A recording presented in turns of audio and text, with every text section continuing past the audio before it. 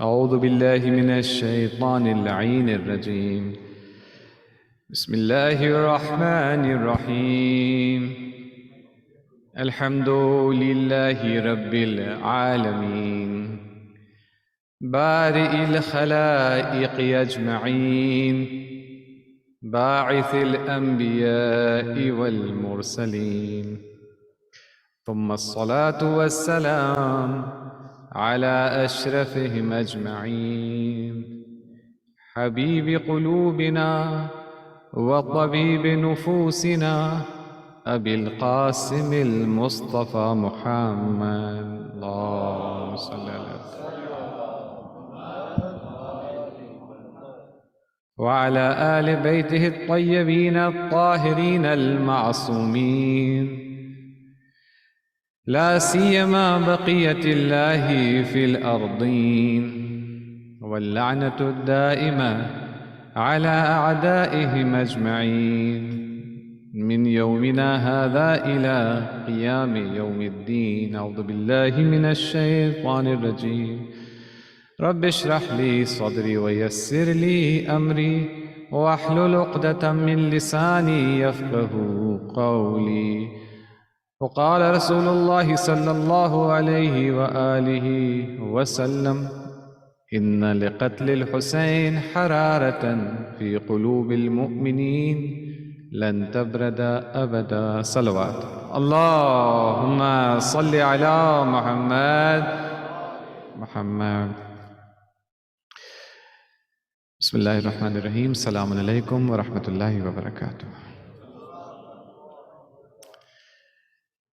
Dear brothers and sisters, dear mu'mineen wa mu'minat, dear mourners and lovers of the Ahlul Bayt alayhimus salam, it is now the third night, the night preceding the third of Muharram. And as these days and these nights go by, we can sense something beginning to grow inside of us.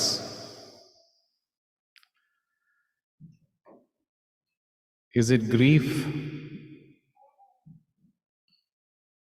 Certainly there is grief.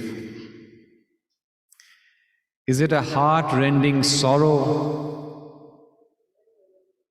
It is. And if it isn't already, it will be in a few more nights from now. Is it this desire to grab hold of everyone and tell them about what has happened in Karbala 1400 years ago? We want to do this. Many of us want to do this, but the circumstances don't really allow us to do it as much and as often as we would like to. So there are these aspects as well.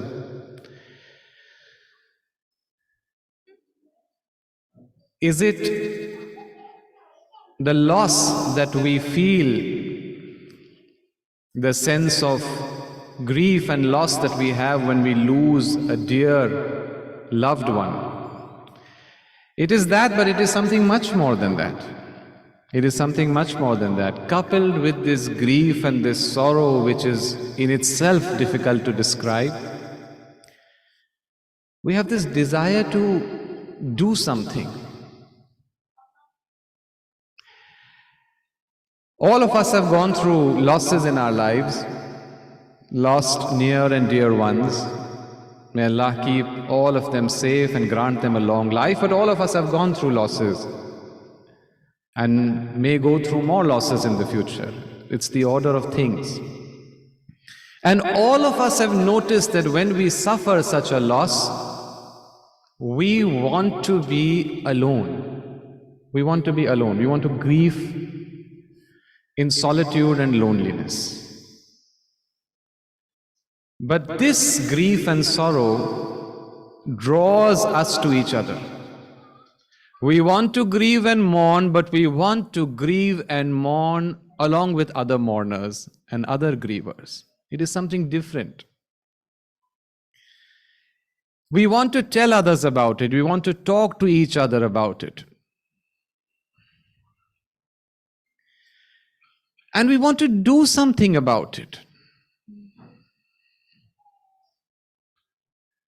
People ask us, what can you do? What's the point of crying over something that happened so many centuries ago? And we tell them, it happened so many centuries ago, but its effects and consequences continue to be felt today. We are not crying over history. We are crying about the present and about the future just as much as we are grieving over history. It is very difficult to describe this feeling and this mass of emotions that have begun to develop in our hearts and in our beings over the past few nights and will continue to grow and develop over the coming days and nights. It is difficult to put a finger on it. It is difficult to put a name to it. Perhaps it is what our Rasulullah Hazrat Muhammad Mustafa Sallallahu Alaihi Wasallam, perhaps this is what he spoke of when he spoke of hararatan fi qulubil mu'minin. Perhaps it is this difficult or perhaps indescribable set of feelings that we feel within ourselves.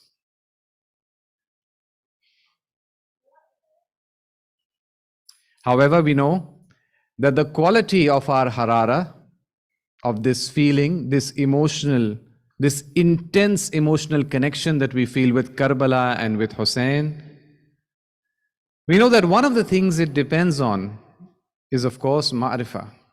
It depends on other things as well, such as purity and taqwa, but we will perhaps take that up at some other time. One of the things that it depends on to a large degree is our ma'rifah of Hussein and of Karbala. We looked at this yesterday.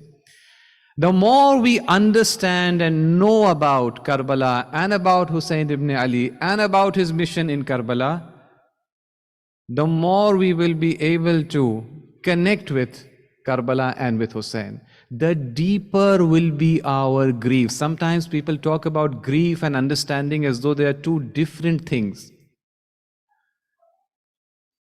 They may be in some other places. But in the maktab of Hussein ibn Ali, there is no distinction between understanding and grief. The two of them move together side by side. They are two faces of the same coin. And any dichotomy or binary that is imagined between these two things is exactly that, an imagination. They move together. We cannot have higher levels of grief unless we have higher levels of ma'rifah. And the higher levels of ma'rifat cannot be achieved without the higher levels of grief. The two move together. And we saw yesterday, as we try to improve our ma'rifah and therefore our hararat and our grief, we saw yesterday that Hussein ibn Ali in the year 61 Hijri is a man on a mission. Is a man on a mission.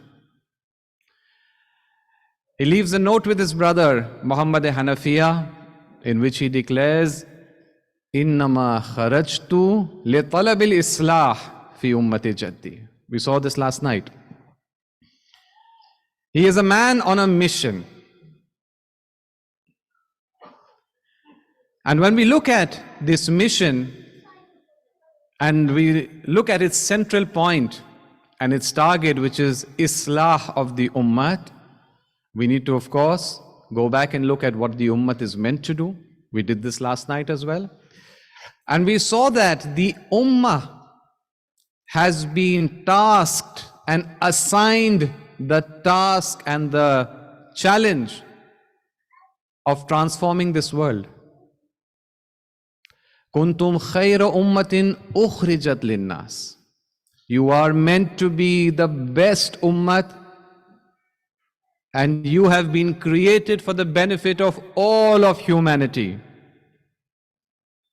Ta'muruna bil ma'roof wa tanhawna 'anil munkar.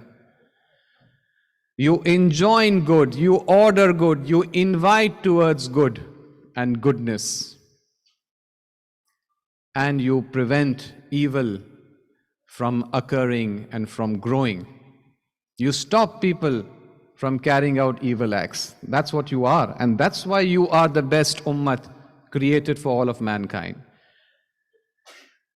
Imam Hussein is faced with a situation where in his youth, in his childhood, he has seen the ummah playing this role. In Imam Hussein's childhood, when the Holy Messenger was still alive and still among the Muslimin at that time, the entire Arabian Peninsula became Muslim. That is very large, considering the transportation and communication limitations of that time for this entire region, an entire region which was used to being disunited. The Arabian Peninsula was famous for not having any unity. Each tribe was a country to itself. This Arabian Peninsula was united in a handful of years under the banner of Islam.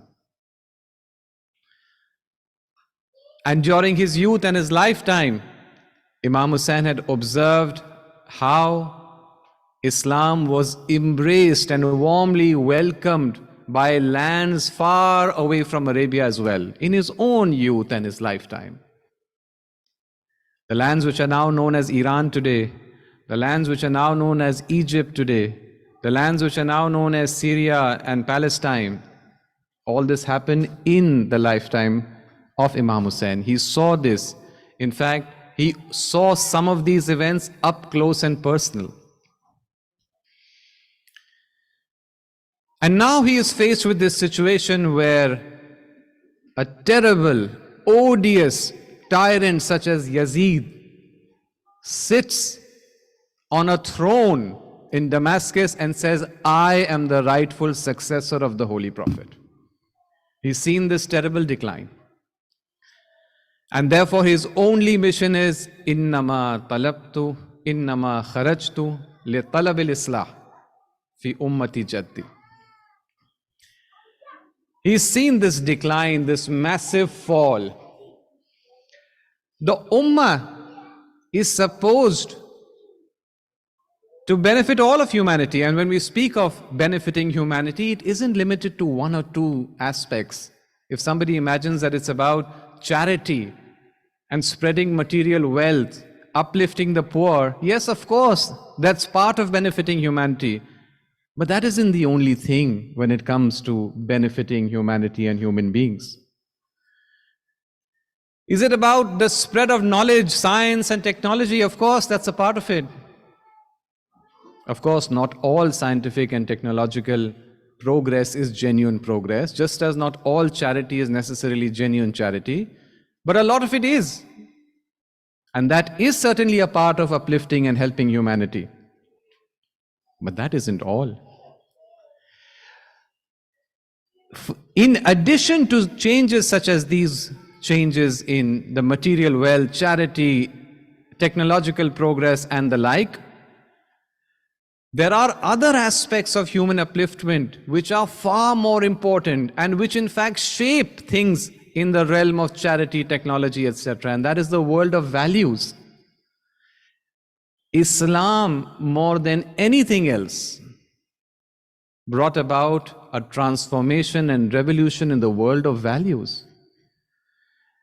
In a world where right and wrong was decided on the basis of whether this person belongs to my tribe or not, that was how people decided whether they would support him or him, them or them. Are these my relatives? Are these my business associates? If they are, I will support them. I don't care whether they are right or wrong. The concept of right or wrong was limited to this level. In this environment, Islam introduces the concept of using justice alone as the criterion for supporting or rejecting anyone. Instead of disunity and infighting, Islam invites towards unity and peace. Instead of miserliness and hard-hearted cruelty, Islam invited to compassion and brotherhood. Instead of ignorance and the celebration of ignorance, Islam invited towards knowledge and intellectualism. The changes that Islam brought about were immense. But now you had Yazid sitting on the throne. And therefore Imam Hussain alayhi salatu wasalam had to initiate this movement. He had to initiate this movement with the sole purpose of Talab al-Islah fi ummati jatti. Or to put it another way, dear brothers and sisters, the world was in disarray. Imam Hussain could see that, and every thinking, knowledgeable person of that time could see that. Imam Hussain, in addition to understanding that the world is in disarray, also understood that the world cannot be sorted out or put in order until Muslims and the Muslim Ummah get sorted out and put in order. Because they are the agent through which Allah subhanahu wa ta'ala plans to put this world in order. And the Muslim Ummah cannot be sorted out without Hussain. And this is true today just as it was true at that time 1400 years ago. So when Hussain seeks to reform the Ummah, it is as a stepping stone to reforming all of humanity. Because the reformation, in fact the salvation of humanity, is something that will be achieved fundamentally through the Ummah. خَيْرَ أُمَّةٍ أُخْرِجَتْ لِلنَّاسِ. It's with this lofty mission that Imam Hussain is moving forward. Just as these days and nights are passing and our own recollection and commemoration of the events of Karbala are moving forward. Imam Hussain is on a mission to reform the Ummah, and we are on a mission to understand what Imam Hussain set out to do, and therefore reflect it in our own lives and in our own activities, inshallah. Dear brothers and sisters, when we speak of Aza and we speak of these morning ceremonies, we use various terms to describe them. These days of Muharram and Safar, these days of grief and mourning and Aza, we say it is the months of Aza, the time of mourning, the season of grief. There are various terms, and as we move from one language to the next, these terms keep changing as well. Each of these terms describes a particular aspect. For example, when we talk about mourning, we are focusing on the mourning aspect. When we speak of gatherings, we are focusing on the gathering aspect. When we speak of the months, time is important. I would like to mention a particular term which I came across recently to describe these gatherings and these events and these activities, which I think is very useful in understanding, in improving our understanding of what it is that we are trying to do. One of the noted asatid of akhlaq, I stay in Qom, I'm a student in Qom, one of the noted asatid of akhlaq in that holy city, when speaking of these days, used the term Khayme Aza, the tent of Aza, the tent of Aza. And then he went on to explain why he has chosen this particular term, and I will repeat his points because I believe they are very, very useful for us.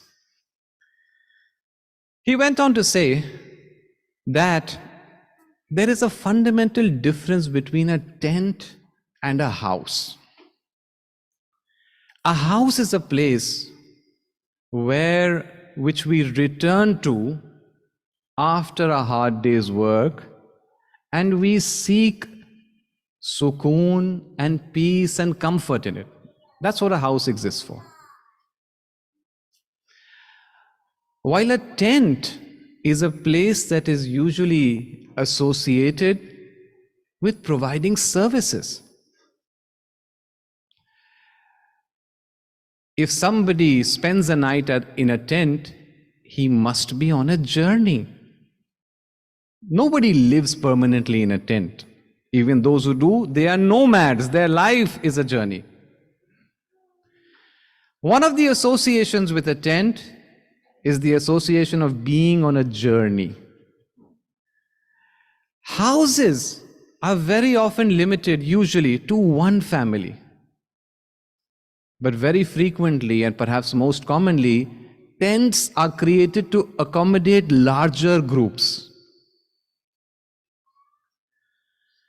What do we see tents for? We see tents for providing medical relief, disaster relief. We see tents playing a fundamental role even when it comes to military activity, for example. Camps and tents play an important role. Essentially, a tent symbolizes training and movement,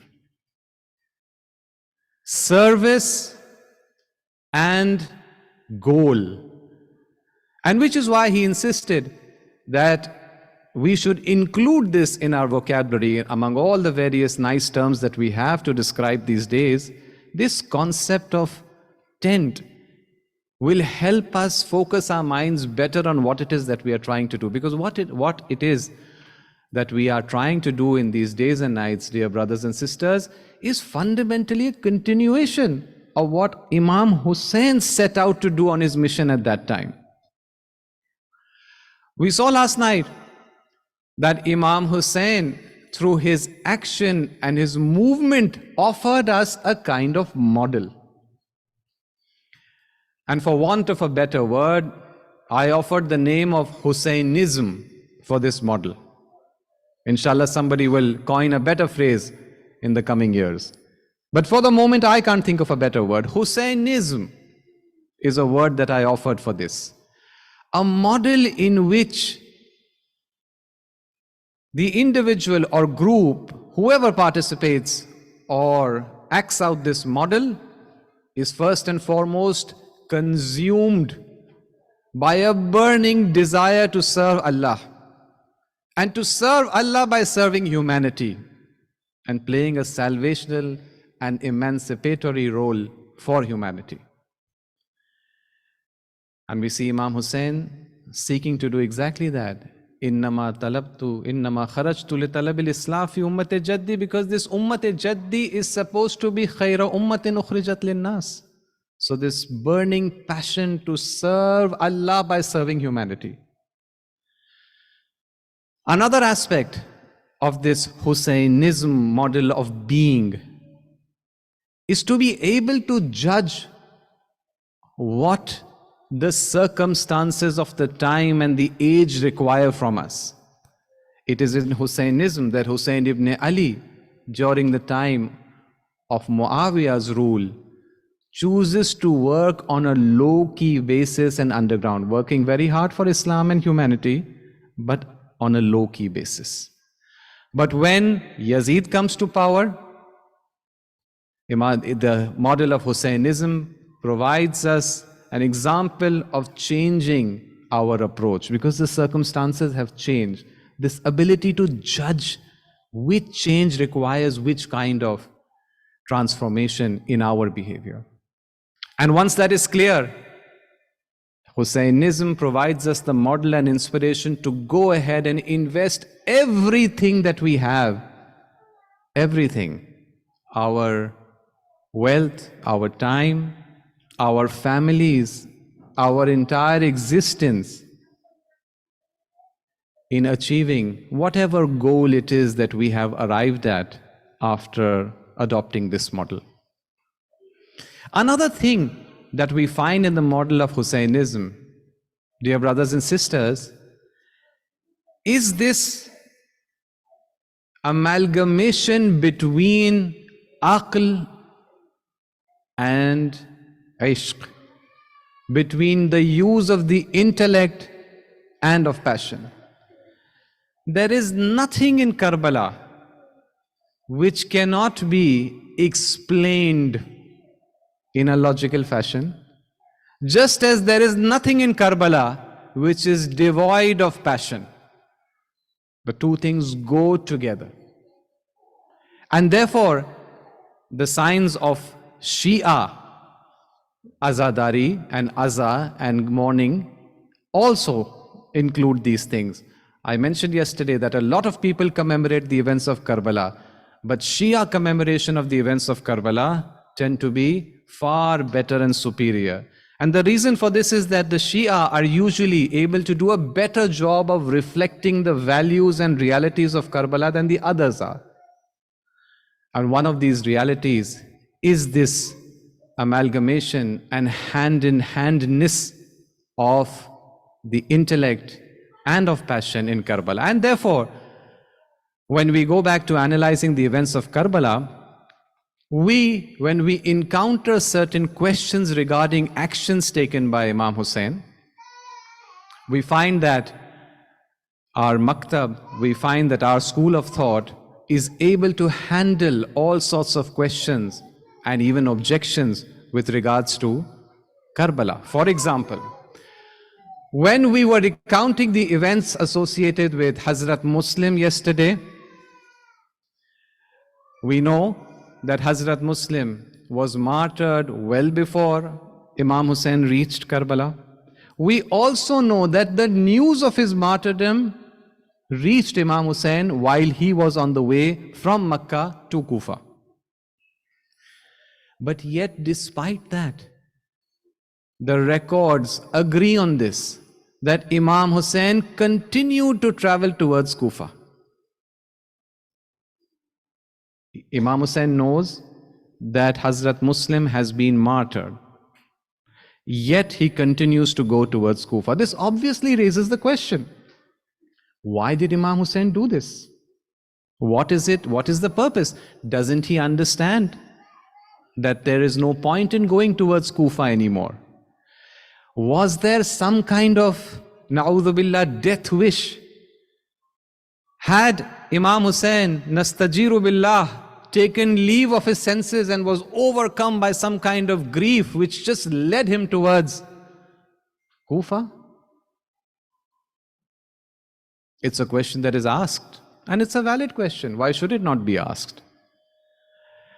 Our maktab has no fear of any questions, because as we said, our maktab is derived from Karbala, and Karbala is just as sensible and logical at every step as it is passionate and emotional at every step. And the answer to this, it has been discussed by scholars repeatedly, this question, dear brothers and sisters, is that the reason that Imam Hussein did this lay in a couple of points. One is that the option of returning to Makkah halfway through was now closed. One of the reasons that Imam Hussein left Makkah at the time that he did for Kufa, apart from the fact that Kufa was inviting him, one of the reasons is that he had become aware that the situation in Kufa has now been prepared for his assassination. He was aware that it would happen during the Mawsim of Hajj, when there are so many different people in Makkah, the crowds are massive, there are various tribes. This is the right time, if you want to assassinate somebody and then blame somebody else for it, this is the right time to do it. And he knew that the circumstances had been created for that. And he knew that now going back to Makkah was no longer possible for him. Medina was already out of the question. That's where he had set out from in the first place. These were out of the question. On the other hand, Kufa continued to be an attractive destination, dear brothers and sisters, despite the martyrdom of Hazrat Muslim. Kufa had two important qualities. One is that historically, Kufa had played a massive role in supporting the Alawi cause against Bani Umayyah. Imam Ali's Khilafat was based in Kufa, and the Kufan Iraqi armies were able to repeatedly defeat Bani Umayyah and their armies. The strength lay in Kufa. Despite ups and downs, it was reasonable to expect that when he reaches Kufa, the Kufans may actually play a positive role. This is one very important aspect. And the other is that the path to other lands like Iran or elsewhere, ultimately went through Kufa. And therefore, we have in our historical records that when the news of the martyrdom of Hazrat Muslim reached Imam Hussein, he gathered his companions and they had a discussion. And they jointly came to this decision that we need to continue towards Kufa. And that's what they did. They kept going towards Kufa. And therefore, we see his caravan moving towards Kufa even after receiving this news. They're moving towards Kufa and they're hoping to reach it. And they are just a couple of days from reaching Kufa when we see that Allah wills something else for them. Ubaidullah ibn Ziyad, who is the commander and governor of Kufa now, he has replaced the earlier one. Ubaidullah ibn Ziyad, we've heard mention of him over the preceding nights. We see him sending a messenger, a lightning speed message to a very, very decorated, well-regarded military commander based in another city called Qadisiyah in the same region. And he orders this military commander to rush with his troops towards Hussein and arrest him and bring him in chains to Kufa. Imam Hussein is headed to Kufa. Ibn Ziyad too wants him in Kufa, but Ibn Ziyad wants him to be dragged in chains. So he orders this reputed commander to rush there. This commander follows the orders, takes his army and rushes from Qadisiyah towards Imam Hussein as he is heading towards Kufa. And marches non-stop for a couple of days and finally reaches Imam Hussein's caravan head-on. And this, dear brothers and sisters, is how Hur encounters Imam Hussein for the first time. Hur is a reputed commander in the army of that time. He is an employee of the Khilafat. He is an employee of this system, the head of which is Yazid. He is well regarded for his bravery, for his honesty, for his courage, for his discipline, his organizational abilities. And that's why he has been given this task, because the commanders, his commanders like Ibn Ziyad, know that he will carry out whatever he's been asked to do. This army led by Hur, throwing up this dust, this storm of dust, thundering hooves of the horses, clanging of the metal of their shields and their swords, they approach Imam Hussein's caravan at a couple of days' distance from Kufa. They approach him, and the women and children of Imam Hussein's caravan are struck by terror and fear at this terrifying sight and these sounds, and they begin to cry. Imam Hussein orders his caravan to stop. The army led by Hur reaches them. And Imam Hussein notices that the soldiers are in a bad state because they've been marching continuously for days to reach here.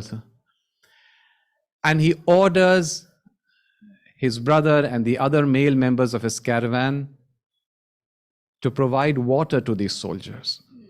They had run out of water. He provides water to these soldiers, and he provides water to the animals and the horses that these soldiers were riding on. After that, once they have had their fill and quenched their thirst, Imam Hussein says, it is time for prayer. We are going to conduct prayer here, congregational prayer, Jama'ah. Would you like to join us, or would you like to conduct your prayer separately? Hur says that no, we will join you, we will pray behind you. They pray. And once the prayer is over, Imam Hussein gets on his horse and orders his followers and his caravan to proceed further. That's when Hur comes and stands in front of Imam Hussein's horse. Imam Hussein asks him, "What are you doing?" He says, "O Hussein ibn Ali, I can't let you proceed like this to Karbala. You must come with me. Proceed like this to Kufa. You must come with me. I will take you to Kufa." Imam Hussein says, "Step aside, let me go." Hur says, "I'm sorry, I can't do that. I have my orders." He says that if you're going to try to stop me, you will have to fight me. Imam Hussein says that. Hur replies to say, "I am sorry, I can't fight you. I don't have orders to fight you. And besides, you are the grandson of my prophet, and I am still hopeful of his intercession on the day of judgment. I don't want to ruin the chances of my intercession and shafa'at by fighting you." At this point, Imam Hussein rebukes him sharply. There is a term in Arabic, a very, very sharp and severe rebuke. Imam Hussein says, "Thakalatka ummuka ya Hur." May you die and may your mother sit and grieve for your death. It's a very sharp rebuke in the Arabic culture and language. Perhaps Hur's face went red. Perhaps he took a sharp breath. But this is what he said in reply. He said, "O Hussein ibn Ali, if your mother was anyone other than Hazrat Fatima, I would have given the same reply to you in answer. But I cannot utter a single word of disrespect for your mother." At that point, Imam Hussein gives him another suggestion. He says that, "Look, I'm not going to go with you. And you're not going to let me go. And you're not willing to fight me either. So let's both of us head out in another direction." And that's how they start moving close to the banks of the Furat, the Euphrates, towards this place which is now famous and known as Karbala. They carry forward, and a couple of days later, today, on a day such as this, the 2nd of Muharram, the 2nd of Muharram is where they finally reach this place. And as a result of rapid messages and messengers that were constantly running forth between Hur and between Kufa, a decision is taken to camp at Karbala at some distance from the river till matters get sorted out. Some kind of solution is found to this problem. And that's how on the 2nd of Muharram, the Husseini caravan finally reaches Karbala.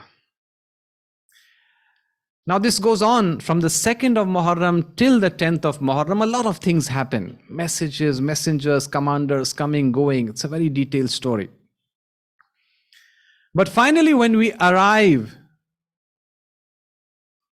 when we find ourselves on the 10th of Muharram, on the day of Ashura in Karbala, we see a strange situation. There are two encampments. One of them is smaller and at some distance away from the river. One of them, the other, is much larger and much closer to the river. Two encampments facing each other. In the smaller encampment, you have men, many women and children, and over there you have men alone. The men, the women, and even the children in the smaller encampment are hungry and thirsty. On the other side, they are well fed. They have no shortage of water. In the smaller encampment, you have, despite the hunger, despite the thirst, you have faces glowing with light and engaged in prayer. This is the night of Ashura, the morning of Ashura. And on the other side, you have people on the faces of whom greed and lust for power and wealth can be clearly seen. They are eager, they are waiting for the fight to start so that they can get hold of something. They are eager. But in this larger encampment where everybody seems to be eager to grab the spoils of war, they know they're going to win. There's a small little group in front of them. There is one individual whose face is pale with fear. His hands and feet are quaking. Hur ibn Yazid al-Riyahi, this decorated and well-regarded commander of the army of Yazid, is terrified. He's terrified. His friends gather around him and they ask him, Hur, we don't know of a warrior braver than you. What has happened to you? It's just a bunch of hungry and thirsty people on the other side. Why are you shaking like this? We'll finish them off in no time tomorrow. And Hur says, I see myself between hellfire and between heaven. And I know that the decision will be taken tonight. And Hur then finally takes the decision. Some say on the night of Ashura, some say on the day of Ashura. It isn't important. Hur finally takes the decision. He steps away from his camp. This commander of the army,